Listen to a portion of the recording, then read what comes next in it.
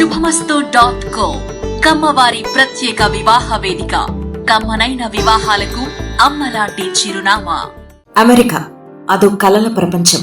చదువుకునే వారికి, ఐటీ సెక్టార్లో పనిచేసే వారికి ఫైనల్ డెస్టినీ కూడా ఆ అగ్రదేశమే.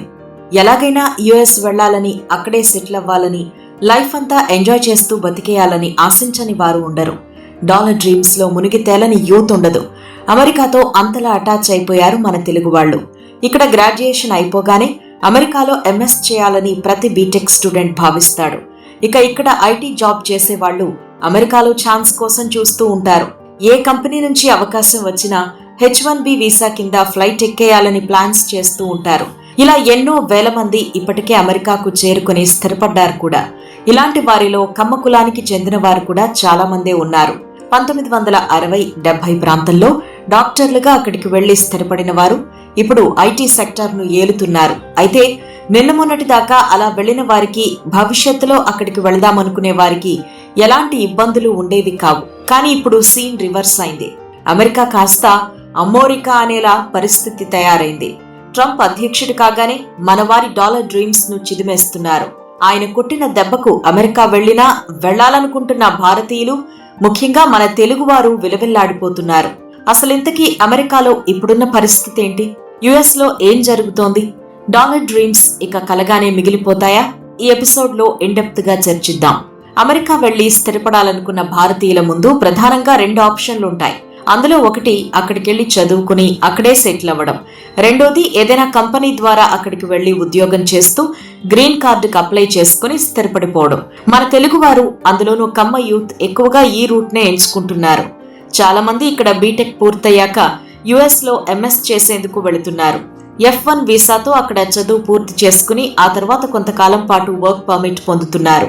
ఆ టైంలోనే ఏదో కంపెనీలో ఉద్యోగం సంపాదించుకుని సెటిల్ అయిపోతున్నారు. ఇంతవరకు బాగానే ఉన్నా వారు చదువుకునే సమయంలో చేస్తున్న చిన్న చిన్న ఉద్యోగాలకు ఇప్పుడు ముప్పొచ్చింది. ట్రంప్ అధ్యక్షుడయ్యాక వలసదారులపై ఉక్కుపాదం మోపుతున్నాడు. అక్రమంగా వలసొచ్చిన వారిని తిరిగి పంపించేస్తున్నాడు. చదువు కోసం యుఎస్ వచ్చి క్యాంపస్ వెలుపల పెట్రోల్ బంకుల్లో, కాఫీ షాపుల్లో, సూపర్ మార్కెట్లలో పార్ట్ టైం జాబ్స్ చేస్తున్న వారిని కూడా టార్గెట్ చేస్తున్నారు.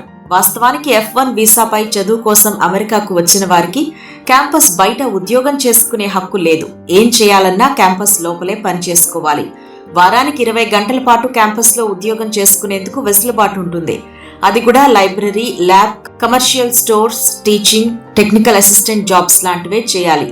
వీటినే ఆన్ క్యాంపస్ జాబ్స్ అని అంటారు. కానీ ఇలాంటి ఉద్యోగాలు ఎంతమందికి దొరుకుతాయి? అందుకే మన వాళ్ళు క్యాంపస్ దాటి ఏవో ఉద్యోగాలు చేస్తూ డబ్బులు సంపాదించుకునేవారు. వాటితోనే ఫీజు కట్టుకుని అవసరమైతే ఇంటికి కూడా కొంత డబ్బు పంపేవారు. కానీ ఇప్పుడు పరిస్థితి మారిపోయింది. ఆన్ క్యాంపస్ కాకుండా ఎక్కడా పనిచేసుకునే అవకాశమే లేకుండా పోయింది. అమెరికా పోలీసులు, స్పెషల్ ఫోర్స్ అధికారులు అన్ని చోట్ల జల్లెడ పట్టేస్తున్నారు. విద్యార్థులు ఎవరైనా క్యాంపస్ దాటి ఉద్యోగం చేస్తుంటే వారిని అరెస్ట్ చేస్తున్నారు. దీంతో స్టూడెంట్స్ కి పార్ట్ టైం జాబ్ ఇవ్వాలంటేనే అక్కడి యజమానులు భయపడుతున్నారు. ఎవరైనా విద్యార్థి అలా దొరికిపోతే కాలేజీ యాజమాన్యాలకు నోటీసులు పోతున్నాయి. ఇలాంటి పరిస్థితుల్లో అమెరికాలో చదువుకునేందుకు వచ్చిన వారు వణికిపోతున్నారు. పార్ట్ టైం జాబ్స్ చేస్తూ ఎక్కడైనా దొరికిపోతే చదువుకే ఎసరొస్తుంది. అందుకే క్యాంపస్ నుంచి కదలాలంటేనే మన వారు భయపడుతున్నారట. ఈ నేపథ్యంలో అక్కడి చదువుల భారం డైరెక్ట్ గా ఇండియాలో ఉంటున్న పేరెంట్స్ పై పడుతోంది.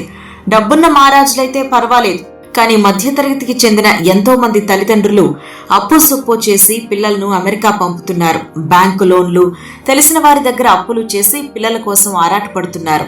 ఇప్పుడు అలాంటి పేరెంట్స్ బాధ వర్ణనాతీతంగా మారింది. పిల్లల ఫీజులతో పాటు వారి మెయింటెనెన్స్ కు కూడా ఇక్కడి నుంచే డబ్బులు పంపాల్సి వస్తూ ఉండడం చాలా ఇబ్బంది పెడుతోంది. ఇప్పటికే డాలర్తో రూపాయి విలువ భారీగా క్షీణించిన వేళ పిల్లల అమెరికా చదువుల భారం తడిసి మోపడవుతోంది ఇండియన్ పేరెంట్స్ కి. ప్రస్తుతం డాలర్స్ తో రూపాయి మార్కపు విలువ 87 రూపాయలకు చేరుతూ ఉండడంతో అక్కడికి పంపాల్సిన డబ్బులు కూడా పెరిగిపోయాయి.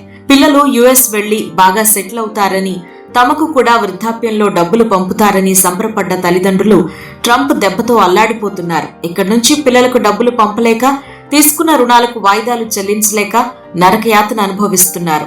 అక్కడ చదువుకునే వారికి పని చేసుకునేందుకు అఫీషియల్ గా వీలు కల్పించే OPT, ఆప్షనల్ ప్రాక్టికల్ ట్రైనింగ్ పైన నీలినేడలో కమ్ముకుంటున్నాయి. అమెరికాలో పని అనుభవాన్ని పొందడానికి విదేశీ విద్యార్థులను అనుమతించే ఓపీటీ ప్రోగ్రాంపై వ్యతిరేకత క్రమంగా పెరుగుతోంది. ఈ కార్యక్రమంపై మేక్ అమెరికా గ్రేట్ అగైన్ నేటివిస్టులు తీవ్ర నిరసన తెలుపుతున్నారు. ఓపీటీని రద్దు చేయాలని డిమాండ్ చేస్తున్నారు. ఈ ప్రభావం భారతీయ విద్యార్థులపై ఎక్కువగా పడనుంది. F1 వీసాలపై ఉన్న విదేశీ విద్యార్థులు సాధారణంగా వారి మొదటి విద్యా సంవత్సరం తర్వాత ఓపీటీలో పాల్గొనవచ్చు. స్టెమ్ గ్రాడ్యుయేట్లు 3 ఏళ్ల వరకు అమెరికాలో ఉండి పని అనుభవం పొందే అవకాశం ఉంది. తొలుత స్వల్పకాలిక వర్క్ పర్మిట్ కోసం ఉద్దేశించిన ఈ ఓపీటీ ఇప్పుడు పూర్తిగా దుర్వినియోగం అవుతోందని, అమెరికాలో ఉద్యోగంతో పాటు H1B వీసా పొందడానికి ఒక సాధనంగా మారిపోయిందని నేటివిస్టులు ఆరోపిస్తున్నారు. పని అనుభవం కోసం ఓపీటీలో చేరడానికి చాలా మంది విదేశీ విద్యార్థులు, ప్రత్యేకించి భారత్ నుంచి పెద్ద సంఖ్యలో విద్యార్థులు అమెరికాలో చదవడానికి వస్తూ ఉంటారు. వారందరికీ ఇప్పుడు షాక్ ఇస్తున్నారు ట్రంప్. అయితే మన పిల్లల్ని అమెరికా పంపేందుకు, అక్కడ చదివించేందుకు వేరే దారే లేదా అంటే ఉంది. అదేంటంటే పక్కా ప్లానింగ్. అవును, పక్కా ఫైనాన్షియల్ ప్లానింగ్ తో పిల్లల్ని అమెరికా పంపితే అందులో ఎలాంటి ఇబ్బంది ఉండదు. వారి చదువు అయిపోయేదాకా అక్కడి నుంచి ఎలాంటి డబ్బులు ఆశించొద్దు. అంతేకాదు, వారి నెలవారీ అవసరాలకు ఇక్కడి నుంచే డబ్బు పంపాలి. ఈ రెండింటినీ దృష్టిలో పెట్టుకుని పిల్లల్ని అమెరికాలో చదివిస్తే ఎవరికి ఎలాంటి ఇబ్బంది ఉండదు. లేదంటే మాత్రం కష్టాలు తప్పవు. అమెరికా అధ్యక్షుడిగా ట్రంప్ ఉన్నా, బుష్ ఉన్నా, ఒబామా ఉన్నా, ఎవరున్నా సరే మన జాగ్రత్తలో మనం ఉండడం చాలా మంచిది. ఇప్పటి వరకు యుఎస్ లో చదువుతున్న విద్యార్థుల గురించి చర్చించుకున్నాం. మరి అక్కడ H1B వీసాలపై పనిచేస్తున్న ఉద్యోగుల పరిస్థితి ఏంటి? ప్రస్తుతానికైతే వీరికి ఎలాంటి ఇబ్బంది లేదు. అక్కడ కంపెనీలు రిక్రూట్ చేసుకుంటేనే వెళ్లి జాబ్స్ చేస్తున్నారు కాబట్టి వీరి విషయంలో నో టెన్షన్. అయితే వీరిలో ఎవరైనా ఫేక్ ఎక్స్పీరియన్స్ లెటర్స్ పెట్టి జాబ్ లో జాయిన్ అయితే జాగ్రత్తగా ఉండాలి. ఎందుకంటే ట్రంప్ ప్రభుత్వం ఇప్పుడు వాటిని కూడా చెక్ చేస్తోందట. ఏ తప్పు దొరికినా ఉద్యోగం పోవడం ఖాయం. అంతేనా?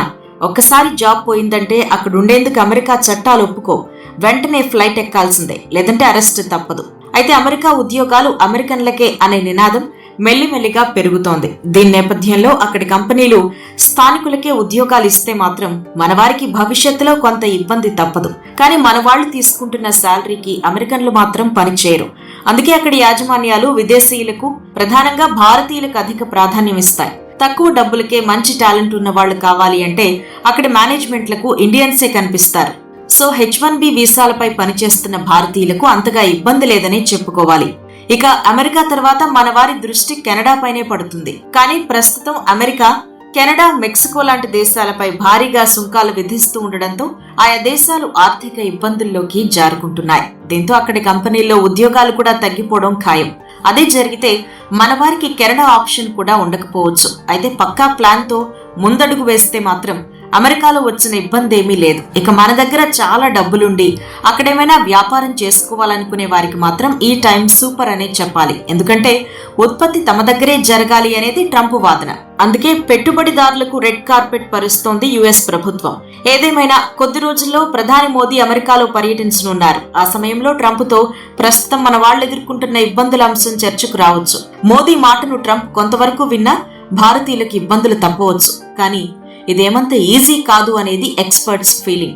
ఎవరెన్ని చెప్పినా F1 వీసాలతో అక్కడికి వెళ్లి చదువుకుంటున్న వారు, H1B వీసాలతో ఉద్యోగాలు చేస్తున్న వారు కాస్త జాగ్రత్తగా ఉండడం మాత్రం మర్చిపోవద్దు. ఎక్కడా అమెరికా చట్టాలను బ్రేక్ చేయొద్దు. ఇలాంటి జాగ్రత్తలు తీసుకుంటే అమెరికా వారికి స్వర్గధామమే. శుభమస్తు.co కమ్మవారి ప్రత్యేక వివాహ వేదిక. కమ్మనైన వివాహాలకు అమ్మలాంటి చిరునామా.